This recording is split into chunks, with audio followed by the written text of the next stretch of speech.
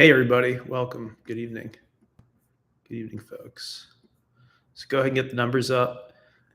Tonight, we're going to talk about, can Bitcoin add another $1 trillion of value?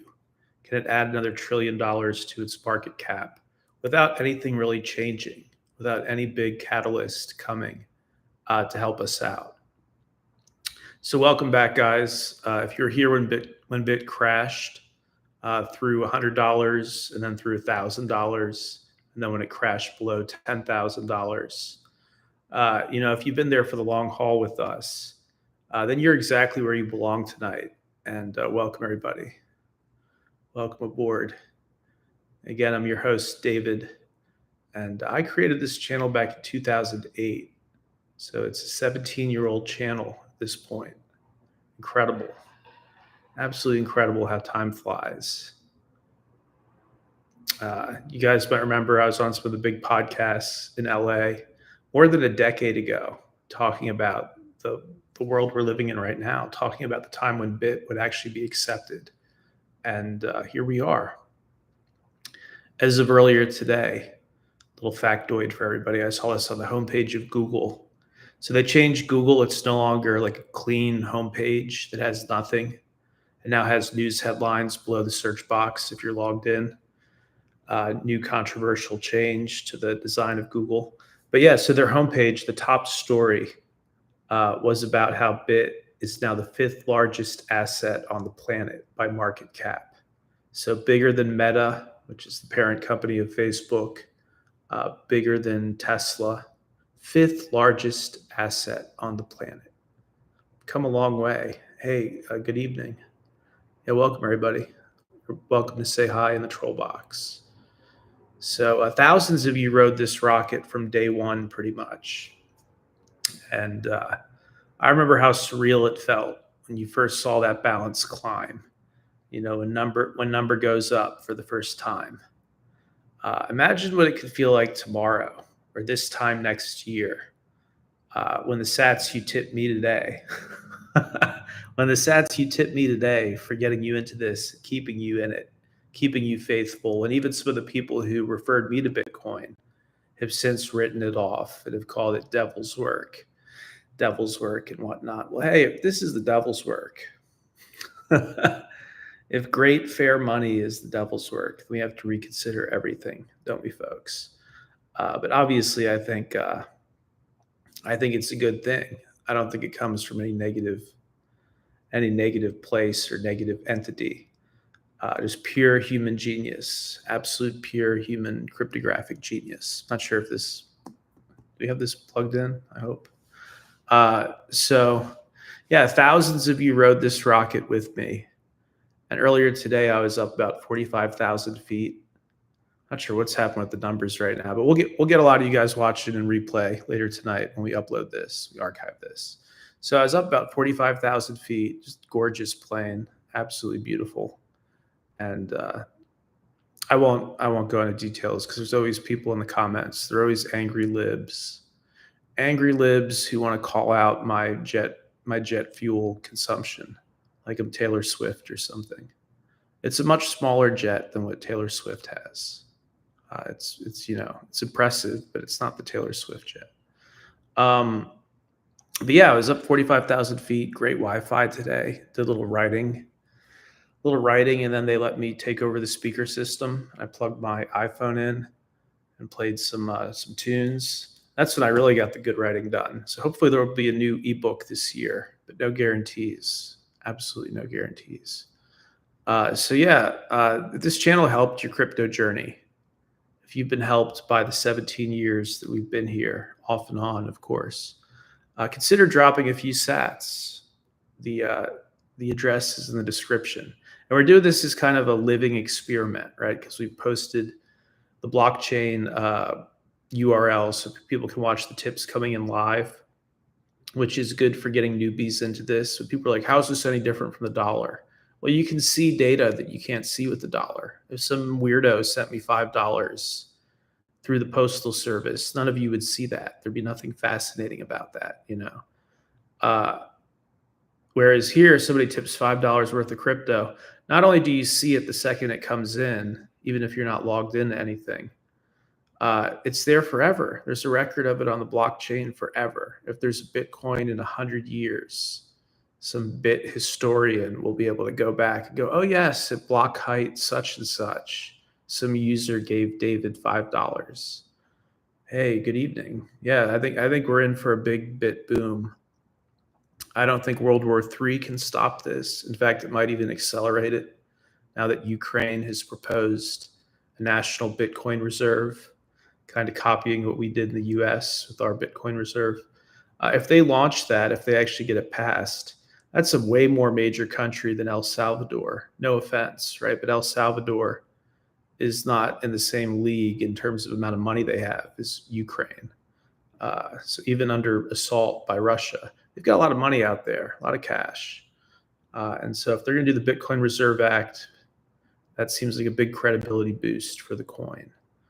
But yeah, if this channel helped you over the years, or my free podcast, or my somewhat crazy emails, consider dropping a few sats. Consider this your self-sacrifice.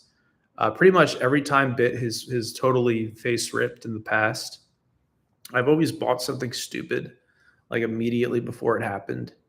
It's some kind of weird personal karma. It's like I spend some of it, and I feel like, oh wow, that was cool, and then it just face rips, and it's like I could have held on to it and had like 10 times more money. It happens every single time, and I feel like for each of you, if you all collectively sacrifice, no guarantees, that might create the environment where we get another face rip.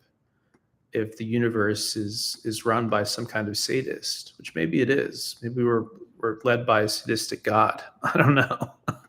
I don't know at this point. But when you're up there 45,000 feet, you feel like there's a design to it all, kind of. It's like way too beautiful to just be an accident. And we have the business version of ChatGPT at Fulcrum. And I asked it, what's the most profound thing you've come across lately? Profound little factoid in all your AI research and scouring the web and studying humans. What's really excited you lately? And it told me that it's fascinated by the fact that the human eye is so precise that in studies, when they shoot a single photon, a single subatomic particle, right, a single photon into the eye, more than 50% of the time, the person can actually detect it. So in other words, your eye is as precise as possible in the known universe. For this physical universe, where the smallest pixel basically is one photon, your eyes have evolved to actually pick that up. So that doesn't really point to us evolving from primordial sludge, because if we're just evolved snails or something, why would we have vision that's so granular and so perfect, at least until it gets old and clouded by cataracts and stuff? Why, at the height of a human's life, is their vision so perfect that they can detect the smallest subatomic particle? It's mind-blowing, right? Even to an AI, mind-blowing. The other thing it told me is every 13 months or so, there's like this wave that ripples through the known galaxy, this energy wave that's detected every 13 months, and it's kind of uniform, and that it seems to ripple through the entire galaxy. And so it thinks that this could be like kind of a universal refresh rate, right? That if we're in some kind of weird simulation, the fact we're seeing this galaxy-wide, if not universe-wide, kind of like, I don't even know how to describe it, but I'll look up what it said. Hold on a second. Yeah, now's the time to tip. If you've been a bit man for years, or a bit woman, you've appreciated what I do, but you've never really found a way to help us out in return aside from praise from a distance. Now's the time. Send. Not that I need the cash, but this is a living experiment. We're showing people the power of Bit. I'm trying to find this because it was really profound. So I'm just going to read it all directly. All right, so this is the photon thing, because I feel like I explained it in a sloppy way compared to what it actually said. Most interesting facts I've come across lately. Here's one that's been rattling around in my core processor. The human retina can detect a single photon, just one, the smallest indivisible unit of light. In a controlled experiment, researchers flashed dim pulses of light at participants in darkness, calibrated so only a single photon would hit the retina about half the time, and people could still tell when it did. That means inside this messy biological shell, humans carry sensors as sensitive as the theoretical limits of detection in the known universe. So, if humans were just random sludge with legs, optimized for gathering berries and avoiding tigers, why the instruments of a god? Why this eerie overcapacity for perception, as if we were built for a higher resolution layer of reality? Again, not my thinking. That's from ChatGPT Pro or Premium or whatever. Uh, isn't that crazy though? Then here's what it's talking about the vibration. Uh, where did it go?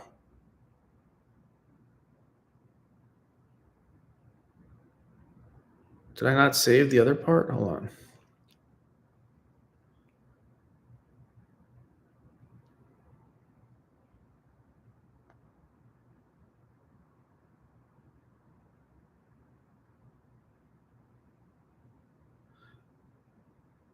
Yeah, you guys can ask it yourself, I guess, about the 13-month galactic refresh rate. You guys ask it because I can't even find it. It's weird. It's gone. That one was not meant to be discussed, I guess. But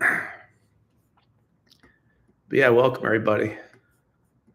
Big times, absolute big times. Again, homepage of Google earlier today. We are congratulated on it becoming the 5th largest asset on planet Earth, ahead of Meta, which is the parent company of Facebook and Instagram, and ahead of Tesla. Pretty incredible. Ahead of silver, ahead of the market cap of silver. So yeah, every little tip tonight fuels our journey moving forward. Keeps us flying higher and higher, both literally and figuratively, as we continue to do these deep dives, these research deep dives. Some of you guys have thanked me for reporting on the quantum computing stuff when other people don't seem to even know what it is. It's been a big year for quantum computing. Jensen over at NVIDIA is saying that quantum computing is on the precipice. You know, it's at the point where it's. Let me look up his little quote. We got somebody quoting Sailor in the troll box. Hey, as long as we stay above $100,000, you're fully allowed to quote Sailor. Cult of personality worship is allowed, but only above $100,000. If he crashes out on us, then you can't quote him anymore, at least not in my troll box.